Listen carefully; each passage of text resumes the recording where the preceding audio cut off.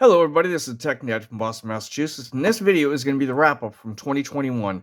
This is how I actually sort all my coins, just so you know. Down here, I have a bunch of foreign at the bottom. We're not going to worry about those, but this is how I sort them all in this nice container here. As you know, 2021 as well as 2020 were very tough as far as finding coins and getting circulated coin boxes.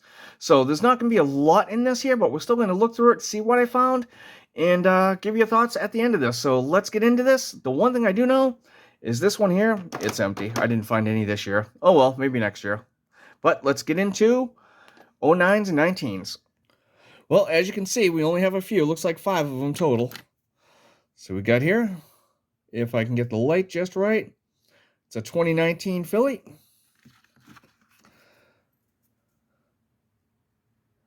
And a blurry, can't make it out. Sorry for the blur on this.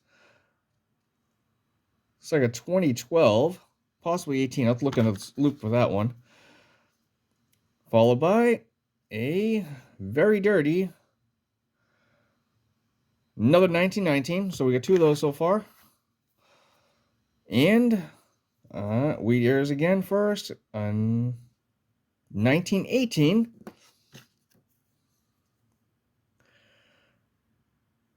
And another 1918. Let me take a look at this one real quick, and I'll be right back.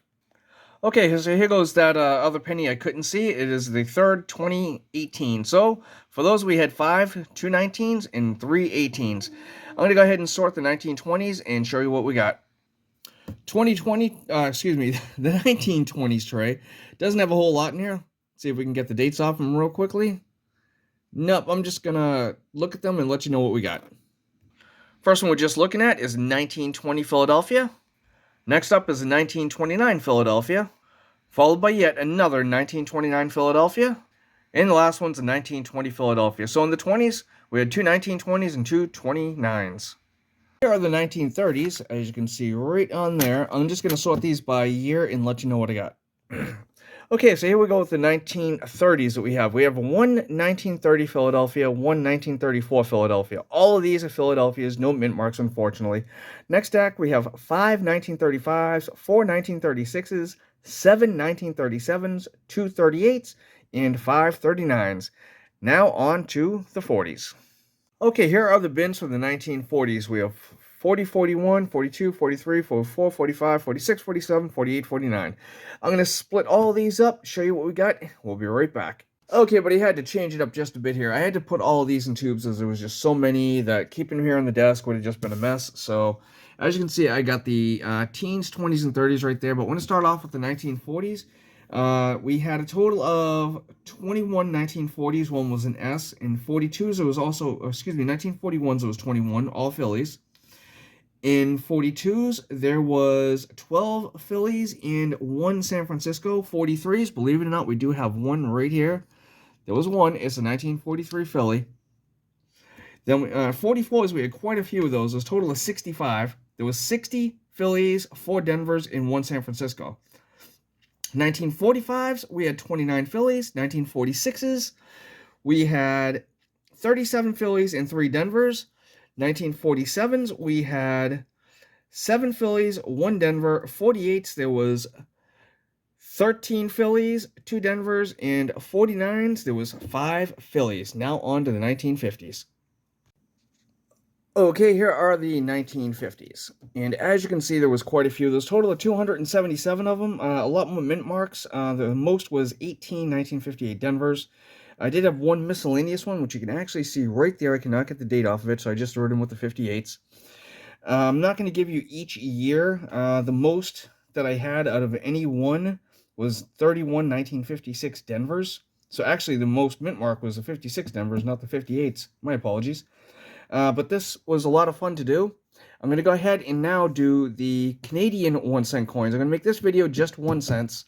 And then the second video is going to be the nickels, and the third video is going to be the dimes, the quarters, and florins. So I'll be right back. Before I do the Canadians, I almost forgot these 3 here. These are all my San Francisco mints that I had, the 59s, which I do collect, and of course the 09s. So I'll be right back once I split all these up and tell you what I got. Okay, here is those 3 bins all sorted. On the 68s, we had 7 of those, 68 S's. We had 7, 69 S's, 14, 70 S's, 12, 71 S's was 15, 72 S's, 12, 73 S's, 12, 74 S's, 11, and then we had one 1988 proof. Now moving on to the 59s, on the Phillies, we had a total of 108. In the Denvers, we had, I believe it was like 56. I forgot to write down the last of them. On the 2009s, the Type 1 Philly, 18. Type 1 Denver, 4. Type 2 Philly was 33. Type 2 Denver was 6. Type 3 Philly was 50. Type 3 Denver, 9. Type 4, 8. Type 4 Denver, 3. Now we're going to get into our Canadian coins and see what we got. Okay, so here goes all of the Canadians. Up here we have the 1940s, which we had 8 of those. 1950s, there was 7. Pre-64s, there was 24 of those right there. Then the 67s, we had 6 of those. And those are called the bird scent. That's why I keep them separated. The rest of the 60s, which is 65, 68, 69, somewhere in there. There was a total of 20 of those. 1970s, we had almost 2 rolls, 99 of them. 1980s, we had 90 of.